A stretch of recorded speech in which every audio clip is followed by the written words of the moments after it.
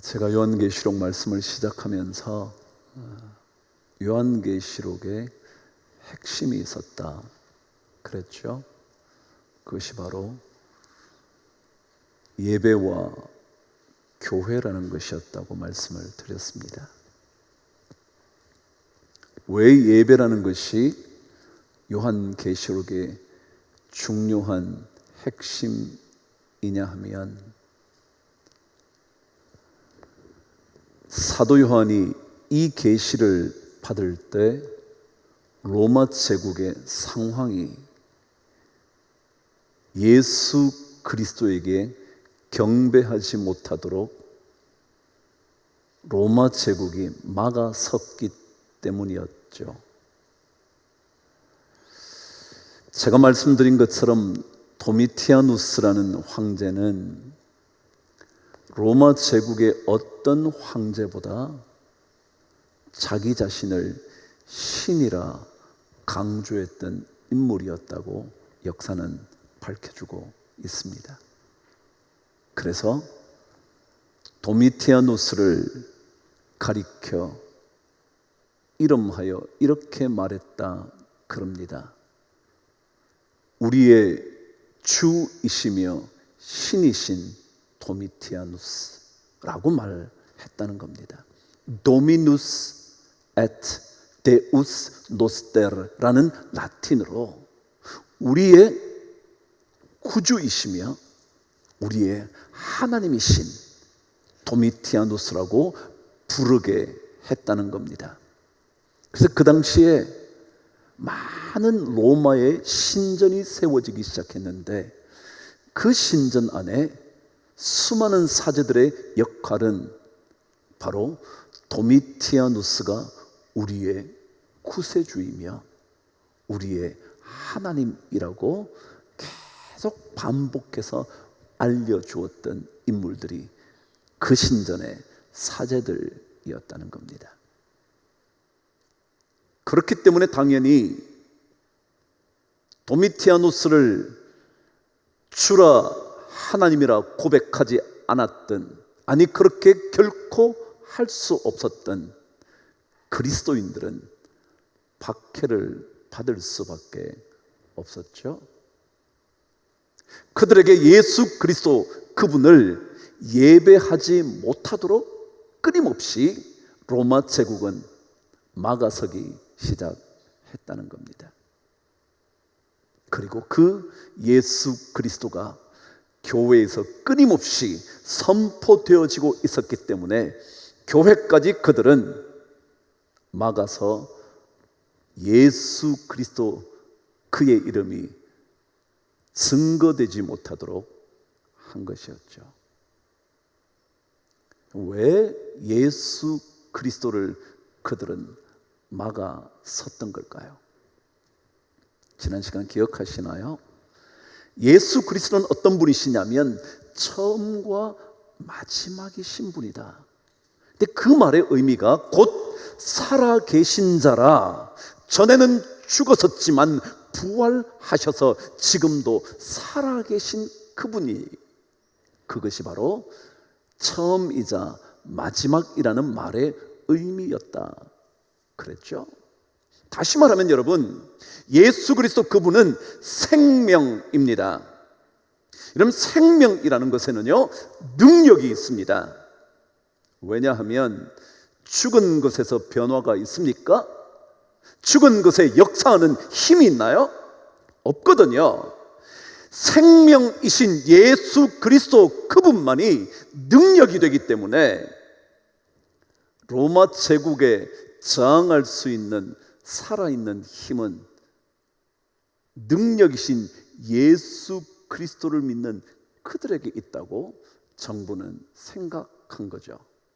그래서 살아있는 생명의 능력을 보이는 그리스도 그분을 예배하지 못하도록 계속해서 막아섰던 거죠. 그래서 요한계시록은 사도 요한을 통하여 이 예배가 멈추지 않도록 환상을 통하여 예배를 지속적으로 강조하고 그 예배가 교회 안에서 끊임없이 이루어지도록 교회에 편지하도록 쓰여진 책이라는 거죠. 보여진 환상이라는 것이죠. 예수 그리스도, 그분이 계셔야 삶의 능력이 있습니다. 살아있지 않은 어떤 것도 생명의 능력을, 생명의 역사를 보여줄 수가 없거든요. 그래서 로마 제국은 그리스도인들의 예배만은 막아야 한다고 생각했었을 겁니다. 그래서 오늘 저는 여러분과 함께 이 예수가 어떤 분인지 지난 시간에 이어서 조금 더 묵상하려고 합니다. 예수가 누구이신지, 왜 이 예수를 끊임없이 막아서고 있는지, 이 예수는 어떤 분인지 1장에서 설명하고 있다 그랬잖아요. 오늘 여러분과 제가 읽은 1장의 말씀에는 예수님의 모습을 그려놓은 환상을 보여주고 있습니다. 저와 함께 12절 13절부터 시작해 보시죠. 시작. 몸을 돌이켜 나에게 말한 음성을 알아보려고 돌이킬 때에 7 금촛대를 보았는데 촛대 사이에 인자 같은 이가 발에 끌리는 옷을 입고 가슴에 금띠를 띠고 라고 기록합니다. 여러분이 1장에서 마지막까지 읽어보신 것처럼 7 촛대는 7 교회라 그랬습니다. 그 7 교회 금촛대 사이를 다니시는 분, 그게 예수라 그랬습니다. 다시 말하면 이 교회를 운행하시는 분은 예수다. 운행이 뭐예요? 이 교회를 운영하시는 분은 예수다 라는 것을 7 금촛대 사이를 다니시고 계신다고 얘기하고 있는 겁니다. 그래서 제가 지난 시간에는 말씀드렸죠. 많은 사람들이 예배를 중단합니다. 이유는 감정 때문에 그렇다는 겁니다. 상황 때문에 그렇다는 겁니다. 감정이 불편하면 교회를 거들떠보지도 않습니다. 예배를 생각지도 않습니다. 그 사람과 관계가 불편해지면 예배를 그만둡니다. 왜냐하면 이 교회에 운행하고 계시는 분이 예수이고 그분에게 집중해야 된다는 것을 다 놓쳐버렸기 때문에 그런 겁니다. 감정과는 관계없거든요. 자신의 이익과도 관계가 없거든요. 이곳을 운행하시는 분은 예수 그리스도 그분이거든요. 그분에게 집중하는 게 예배인데 우리는 다른 것에 집중하느라 예배의 핵심인 예수를 다 놓치는 거예요. 그래서 점점 더 교회가 불평의 공간이 되고요, 마음대로 말할 수 있는 장소가 되고요, 싸우는 곳이 되고요. 그래서 주님은 이곳은 만민이 예수 그리스도를 만나는 기도하는 집이다. 기도하면서 하나님을 보고, 기도하면서 하나님을 경험하고, 기도하면서 예수를 만나는 그런 곳이 이곳이지, 여러분과 저의 감정을 토해놓을 수 있는 곳이 아니라는 거죠. 그래서 오늘 성경은 7 금촛대 사이에 다니시는 분이 예수 그리스도인데 그분이 어떤 분인가? 첫 번째 이렇게 기록했습니다. 제가 읽습니다. 인자 같은 이가 발에 끌리는 옷을 입고 가슴에 금띠를 띠고 그랬습니다. 이 의복에 관한 것, 이 환상은 무엇을 의미하느냐 하면, 구약 성경에 보면 대제사장이 입고 있었던 제사장 예복이 이런 형태였습니다. 발에 끌리듯 긴 옷이었고 거기에 금띠가, 거기에 흉패가, 거기에 많은 보석들이 달려있는, 12보석들을 달아놓음으로 12지파 온 세계를 대신하고 있다는 것을 의미하는 대제사장의 의복을 오늘 계시록이 기록하고 있습니다. 그 얘기는 뭐냐 하면, 예수 그리스도는 누구신가 하면 모든 백성들의 죄를 사하는, 죄를 대속하는 대속자이시라는 것을 의미합니다. 그렇습니다. 우리가 집중하는 이 예수는 어떤 분이시냐면, 우리의 죄로부터 건져내어 새로운 생명을 주시는 분이시라는 거죠. 지난 시간 여러분과 제가 읽었던 것처럼 사망과 음부의 열쇠를 가지신, 다시 말하면 사망의 문을 열고 음부의 문을 열어 그 생명들을 끌어내올 수 있는 구원자, 그것이 바로 예수다, 그런 거죠. 그것이 바로 지난 시간 여러분과 제가 묵상했던 처음과 마지막이라 곧 살아계신 자라라고 말했던 생명의 주에 대한 얘기였다고 말씀드린 것과 동일하죠. 어느 누구도 우리를 죄로부터 건져낼 자가 없습니다. 어느 누구도 죄악으로부터 우리를 해방시켜줄 생명의 법을 가진 자가 없습니다. 예수 그리스도 그분만이 대제사장으로 우리의 죄악을, 우리의 더러운 죄악을 벗어날 수 있도록 하시는 분이 그분이시라고 성경은 말해 줍니다. 히브리서 5장 5절에 보면 그리스도 그분은 우리의 대제사장이시라고 기록합니다. 이렇게요, 그리스도께서 대제사장 되심도 바로 우리의 죄악을 건지시기 위함이라는 거죠. 그래서 우리가 예수에 대한 얘기를 할 때, 예수를 예배한다 할 때 다른 어떤 것들보다 우리의 삶이 평안함을 얻게 된다든지, 우리의 삶이 시온의 대로를 걷게 된다든지, 모든 어려움과 환난으로부터 빠져나오게 한다든지, 이것들보다 더 중요한 우리의 죄악으로부터 건져내셔서 하나님과 관계를 맺을 수 있도록 만들어주시는 이 대제사장, 여기에 집중해야 된다.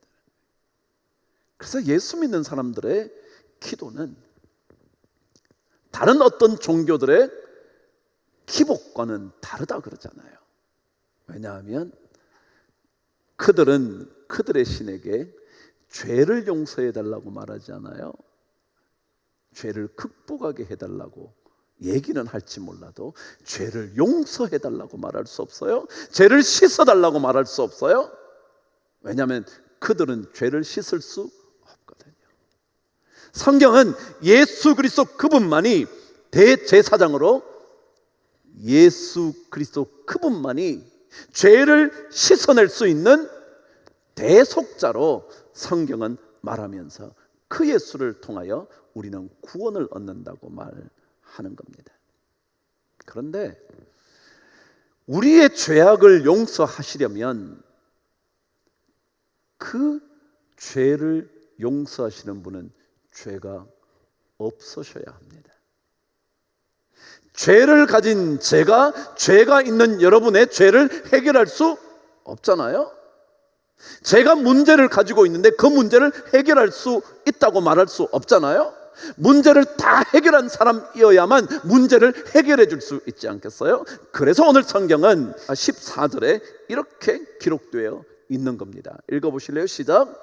그의 머리와 털의 희기가 흰 양털 같고 눈 같다 그랬습니다. 흰 눈 같다 그랬습니다.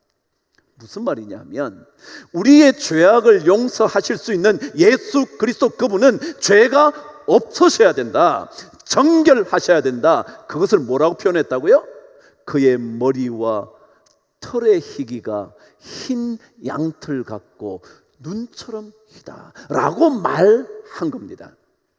그분에게는 죄가 없다는 것을 표현한 거죠. 죄 없으신 대제사장만이 죄를 용서하실 수 있고 죄의 문제를 해결할 수 있기 때문인 거죠. 그래서 히브리서 4장 15절은 그렇게 말하지 않았습니까? 모든 일에 우리와 똑같이 시험을 받으신 이로되, 함께 읽으실까요? 죄는 없으시니라. 죄가 없어야 죄를 대속할 수 있는 하나님의 어린 양이 될 수 있거든요. 사도 요한은 요한복음을 통하여 세상 죄 지고 가는 하나님의 어린 양을 보라 그랬던 기억나시나요? 이 사도 요한은 그 생각, 그 개념, 그 생각, 그 고백이 그대로 계시록에 와서 환상으로 본 겁니다. 발에 끌리는 옷을 입고 가슴에 금띠를 띠고 그의 머리와 털의 희기가 흰 양털 같고 눈과 같다. 그래서 그러잖아요. 이사야서를 통해서 너희 죄가 주홍 같을지라도 내게로 오면 뭐라고요? 흰 눈같이 되리라. 그게 바로 예수 그리스도의 대속의 사역을 설명하는 거죠. 그래서 오늘 성경 읽으신 대로 그분에게는 죄가 없는 정결하심으로 우리의 죄악을 용서하실 수 있다라는 거죠. 이 예수를 우리는 예배하는 겁니다. 물론 이 뒤로 나올 예수에 대한 얘기를 끊임없이 묵상하면서 이 예수를 예배하지만 오늘 첫 번째, 이 예수는 우리의 죄를 용서하시는, 그래서 우리는 죄악에 물들어 있지만 그분께 회개하는 그 순간 죄악이 사하여지는 놀라운 은혜로 사는 거죠. 세상 사람들은 이것을 싫어합니다. 하나님 앞에 죄를 회개한다고 죄 용서 받는다고 말도 안 돼. 그건 아니에요. 세상 죄를 지신 그분 외에는 어느 누구도 죄의 문제를 해결하여 구원자가 될 수 없어요. 제가 말씀드렸죠? 지난 시간에 생명의 주라는 것이 무슨 의미냐고요? 죽어버린 것에 무슨 해결책이 있냐고요? 나머지 모든 사람들, 모든 신들로 숭배받았던 그 사람들 다 죽고 말았는데 그게 무슨 역사가 있냐고요? 살지 않고는, 생명이 없이는 해결할 수가 없는데요. 그래서 생명이신 대제사장이신 그 예수 그리스도를 통하여 우리는 죄의 문제가 회개할 때마다 해결되어 구원받은 하나님의 백성으로 사는 거죠. 이 예수를 우리는 예배하면서 삽니다.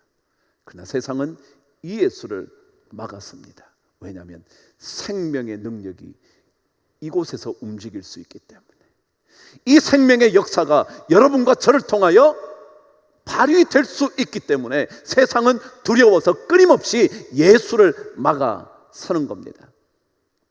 그래서 성경 요한계시록에는 이런 예배자들을 하나님이 찾고 계신다고 기록합니다.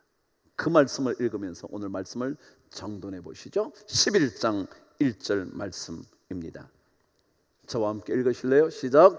또 내게 지팡이 같은 갈대를 주며 말하기를 일어나서 하나님의 성전과 제단과 그 안에서 경배하는 자들을 청량하라는 겁니다.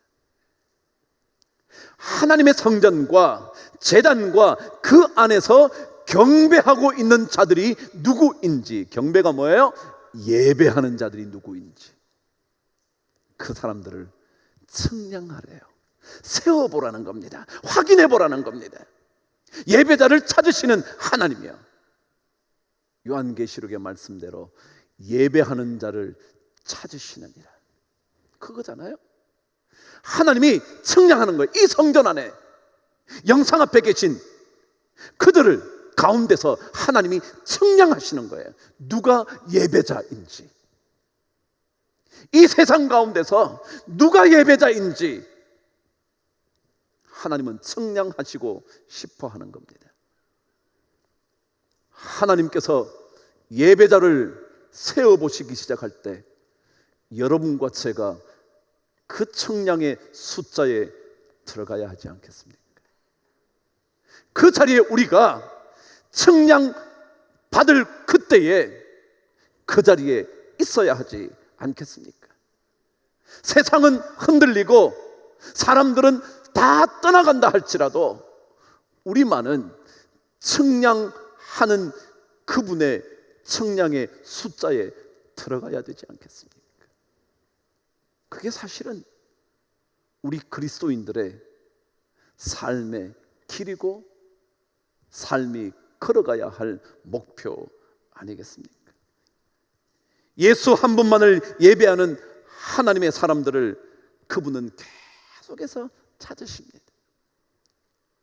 하나님의 성전에서, 그 제단에서, 그 안에서 예배하고 있는 자들을 하나님은 계속해서 측량하시는 거죠.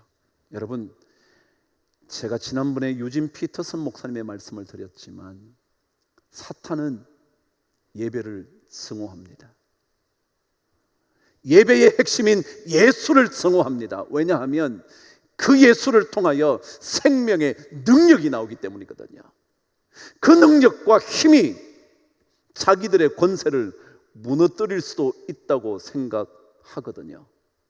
사탄을 무너뜨릴 수 있는 그 힘은 예수밖에 없거든요. 그래서 어쩌면 그런 일들이 올지 몰라요. 여러분, 그때도 사도 요한처럼 하나님의 말씀과 예수를 증언하였음으로 말미암아 반모라는 섬에 갈 수 있는 여러분이 되실런지. 물론 그런 일 없을지 모르지만요, 제가 이렇게 뒤집어서 말하면 어떨까요? 예수 믿는다고 말하는 것 때문에 승진의 차질이 생긴다면 여러분, 하나님의 말씀과 예수를 증언하시겠어요? 이런 질문 아닐까요? 내가 조금 손해볼 수 있는 일, 예수 때문이라면 그 손해를 감수할 수 있냐고요.